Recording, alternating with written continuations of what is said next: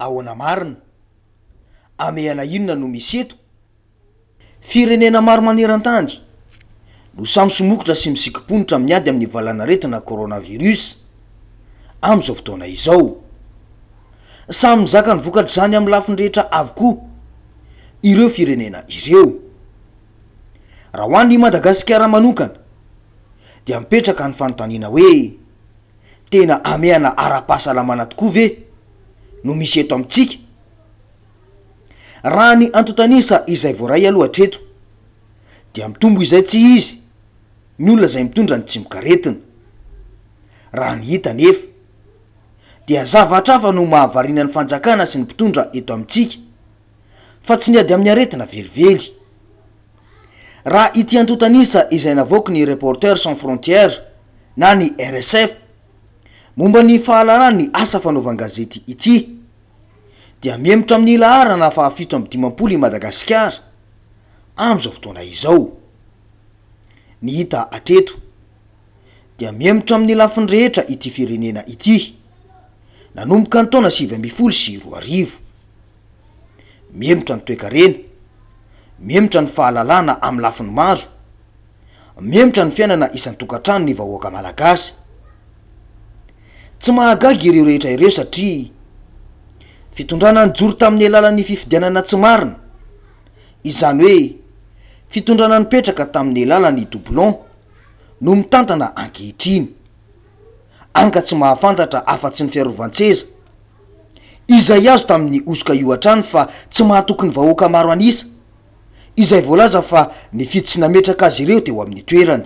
Hamehana ara-pahasalamana no misy eto amin'ny tany Repoblikan'i Madagasikara, izany hoe fahasalamana no resaketo.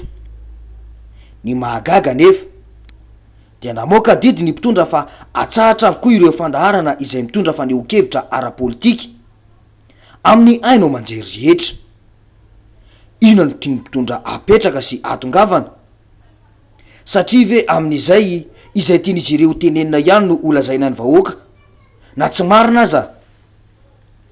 Tonga de namaly io filazana io avy hatrany moa ny teo anivo ny fanoherana ity izay fanambarana izay. Rodobe ny mpanohatra ho an'ny demokrasia eto Madagasikara na ny RMDM fanambarana araka ny décision interministérielle navoaka ny fitondram-panjakana ny 2 aprily 2022 zay mandrara ny fanehoan-kevitra sy ireo ady hevitra politika eny amin'ny aino aman-jery rehetra dia manameloko ary toerinay amin'ny endriny rehetra izany fanitsakitsahana ny zoany ho hevitra malalaka izany izay voaro ny lalam-panorenana. Heverinay fa fanaovana didy jadona ankitsirana ary fanamotena tanteraka ny demokrasia izay vao mitsiry eto amin'ny firenentsika.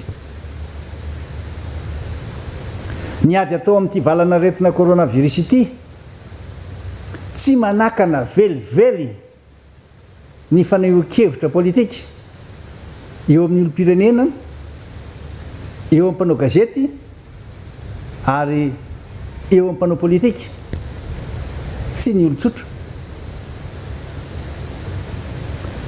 Mitaraina daholo ny ankabeazan'ny olona noho ny tsy fifehezana sy ny tsy fahitan'ny mpitondra vahaolana amin'izao valanaretina coronavirus izao. Maro ny malagasy no matin'ity valanaretina ity.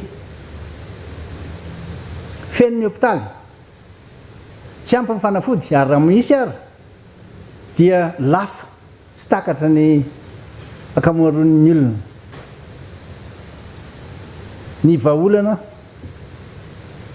hitan'ny mpitondra dia ny fanampenam-bava ireo olona mbola afaka miteny sy manao hevitra tsy azo ekena izany fomba mamoehitra zany.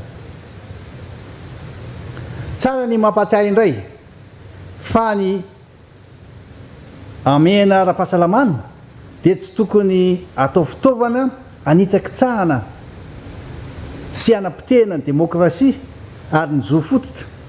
Anisan'izany dia ny fahalalahana maneho hevitra. Aoka ny mpitondra tsy anafina, ny tsy fahaizana, ny tsy fahombiazana, ny fitavozavozana na ny etantisme amin'ny fanampenam-bava ny olom-pirenena toy izao. Amafisinay indray fa melohanay ary toerinay amin'ny fomba rehetra izao fanapaha-kevitra diso sy fanaovana didy jatona eto amin'ny firenena malagasy zao. Eto ihany koa dia manao antsoavo amin'ny voaka malagasy tsy hakanavaka izahay mba tsy anaiky ny fametrahana ny didy jadona eto amin'ity nosy malalatsika ity. Masina ny tanindrazana. Mazava ny nambaranteo.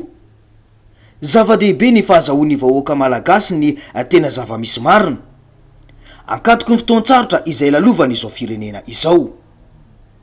Betsaka ireo firenena toa ny Madagasikara izay miatrika ny Hamehana ara-pahasalamana fa tsy mbola nisy mpitondra namoaka didy mandrara ny fanehoan-kevitra ara-politika ao amin'ny firenena izay tantaniny. Izao zava-misy izao dia pirofo mitohoka amin'ny tendany fa iverin'ny mpitondra fa azy ireo irery i Madagasikara ka izay tiany atao eto ihany no ataony. Izany hoe firenena jado ny Madagasikara amin'izao fotoana izao ary mpitondra tsy mazaka demokrasia no mitondra ny firenentsika. Na hatramin'ny mpanao gazety mantsy isan'ny voatapim-bava sy tsy afaka manao ny asany ihany koa amin'izao fotoana izao. Ity mantsy no fanazavan'izy ireo. Ireo ojam-peo zany dia mandefa fandarana ary miresaka lafiny politika, sosialy, toe-karena sy ny fiainam-piarahamonina amin'ny lafiny ankapobeny zany reo. Tsy voatery hitovy ny zavatra vokarin'ireo fa manao fandarana ary tsy fandarana tao anatin'ny Hamehana ara-pahasalamana no namokarana azy fa efa hatramin'izay fa mifanojo le izy ao anatin'ny Hamehana ara-pahasalamana. Gaga be zany zay satria hoe tsy azo atao manao an'le fandarana. Nefa amin'izao fotoana izao mihitsy no ilaina ny fanomezam-baovao ho an'ilay teratany malagasy mpiray-tanindrazana amintsika sy izay mipetraka eto amintsika zany hoe zao ny zava-misy, zao ny tsara ho fantatry ny olona.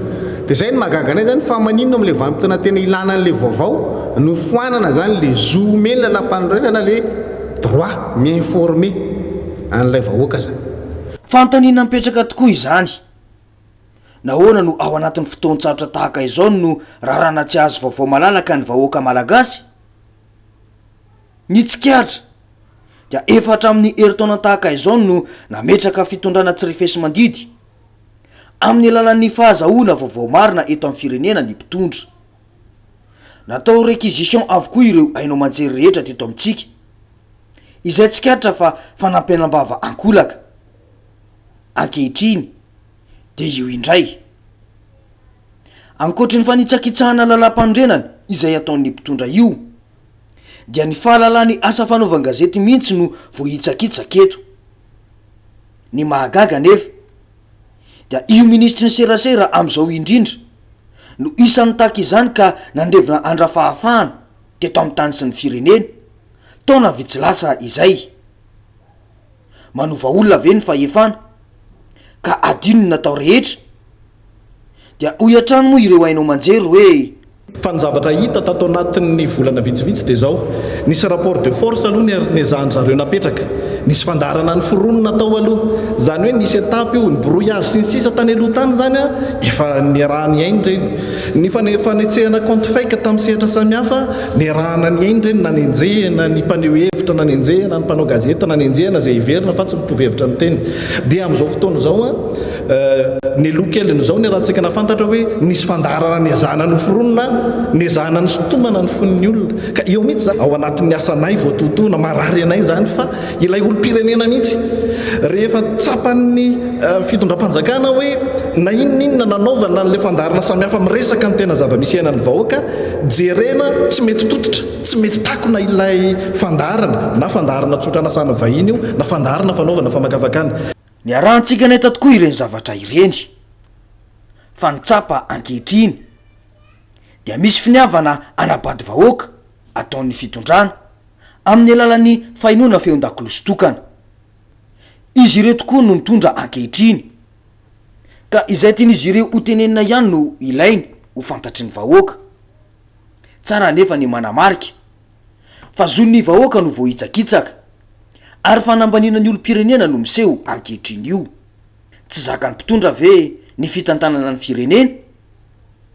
To amehana ara-politika mantsy no misy eto fa tsy amehana ara-pahasalamana velively satria ezahana tampenam-bava tsy aneho hevitra ny vahoaka. Fa ahoana marina e!